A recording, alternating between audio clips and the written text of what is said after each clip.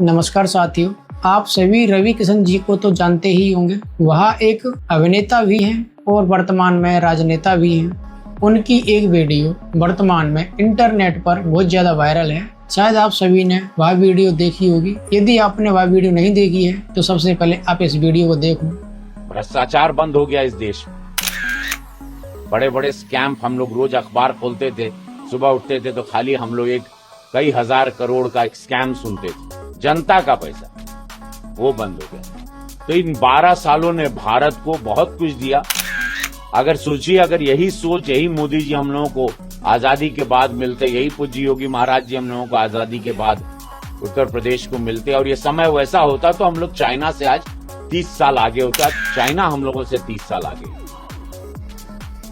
तो ऐसी बहुत सारी बातें हैं। तो पूरे भारत में हम सभी भारतीय जनता पार्टी का संगठन सफाई योजना, वृक्षारोपण 21 जून तक, योग दिवस तक मनाएगा। कल पूज्य योगी महाराज जी का जन्मदिन है। हम सभी संगठन के लोग, मैं स्वयं, हम लोग सब वृक्षारोपण करेंगे, एक बड़ा संदेशा देंगे, उनकी लंबी आयु की कामना करेंगे। साथियों, इस वीडियो में रवि किशन जी ने 3 विषयों के बारे में बात की है। पहला विषय भ्रष्टाचार के बारे में, दूसरा विषय स्वच्छता के बारे में और तीसरा विषय वृक्षारोपण के बारे में। साथियों, मैं आपसे इन तीनों विषयों के बारे में विस्तार से बात करूंगा। सबसे पहले हम बात करते हैं भ्रष्टाचार के बारे में। रवि किशन जी ने यह बोला है कि हमारा देश पिछले 12 सालों में भ्रष्टाचार मुक्त हो गया है, यानी 2014 के बाद हमारा देश भ्रष्टाचार मुक्त हो गया है। साथियों, आप सभी को और मुझको अच्छे से पता है कि हमारे देश में कितना भ्रष्टाचार है, हमारे देश में भ्रष्टाचार है या नहीं। साथियों, हमारे देश का एक भी विभाग भ्रष्टाचार मुक्त नहीं है। मैंने अपनी पिछली वीडियो में भी हमारे देश के मंत्रियों से सीधा सवाल किया है कि हमारे देश में ऐसा कोई मंत्री है जो यह बोल सके कि मेरा विभाग भ्रष्टाचार मुक्त है। यदि है तो आगे आकर जवाब दें। साथियों, 2014 से पहले और 2014 के बाद हमारे देश में जो बड़े बड़े भ्रष्टाचार हुए हैं उनको मैं आपको दिखाता हूं। आप इस लिस्ट को ध्यान से देखना।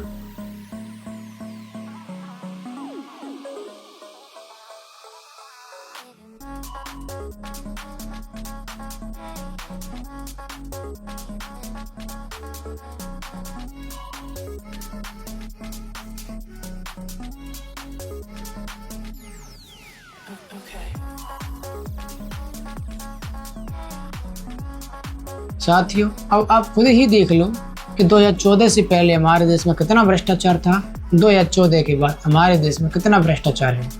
2014 से पहले हमारे देश की भ्रष्टाचार में रैंक कितनी थी और 2014 के बाद हमारे देश की भ्रष्टाचार में रैंक कितनी है।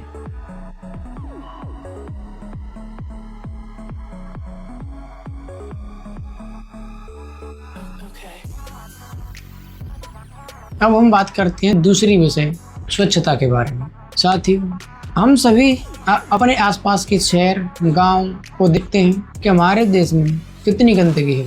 सबसे पहले मैं अपने शहर की बात बताता हूं कि मेरे शहर में शहरवासियों को सांस लेने के लिए शुद्ध हवा नहीं है। मेरे शहरवासियों को पानी निकासी के लिए नालियों की प्रॉपर व्यवस्था नहीं है। मेरे शहरवासियों को चलने के लिए अच्छी सड़क नहीं है। और मुझे उम्मीद है कि आपके शहर में भी यही हालत होगी। सड़कों पर पानी भरा होगा, नालियों में पानी जमा हो रहा होगा।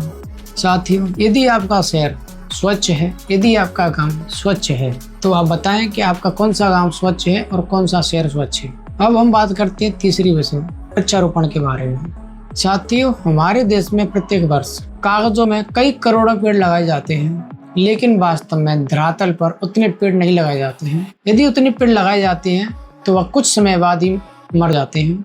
हमारे राजस्थान में एक पेड़ माँ के नाम अभियान के तहत कई करोड़ों पेड़ लगाए गए थे, लेकिन आज उन सभी पेड़ों में से 10% पेड़ भी जिंदे नहीं हुए। हमारे देश में आए दिन हजारों पेड़ काटे जा रहे हैं, लेकिन इतने पेड़ लगाए नहीं जा रहे हैं। क्या हमारे देश में कोई ऐसा राज्य है जिसमें प्रत्येक वर्ष जितने भी पेड़ लगाए जाते हैं उन सभी पेड़ों में से 50 से 60% पेड़ या पौधे जीवित रहते हैं? मैं पेड़ों से संबंधित जानकारी आपको उपलब्ध कराता हूँ। आप इस जानकारी को ध्यान से देखना। और आप अनुमान लगाना कि आपके राज्य में इस लिस्ट में जितने भी पौधे बताए हैं कि या उतने पौधे लगे हैं। यदि लगे हैं तो उनमें से कितने पौधे जीवित हैं।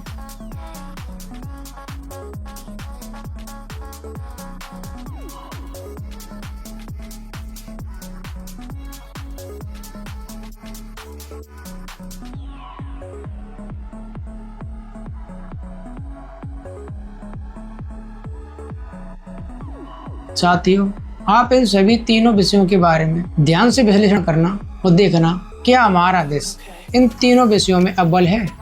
अगर हाँ तो बहुत अच्छी बात है, अगर नहीं है तो आप अपना जवाब कमेंट में जरूर बताएं कि आपका शहर, आपका जिला, आपका राज्य किस विषय में अव्वल है और किस विषय में पीछे है। मेरा रवि किशन जी से कहना है कि आपने फिल्मों में काम किया है। फिल्मों में हमेशा काल्पनिक चीजें ज्यादा दिखाई जाती हैं, वास्तविक चीजें नहीं। लेकिन रवि किशन जी, आप इन तीनों विषयों की बात कर रहे हो, उन तीनों विषयों को धरातल पर देखो, वास्तविकता के आधार पर देखो। इन तीनों विषयों में हमारा देश किस में आगे है। इसलिए मेरा आपसे विनती है कि आप फिल्मों की तरह जवाब ना देकर वास्तविक जिंदगी की तरह जवाब दें। आप अंधभक्त ना बने, आप गलत के खिलाफ बोलें, सत्य की राह पर चलें।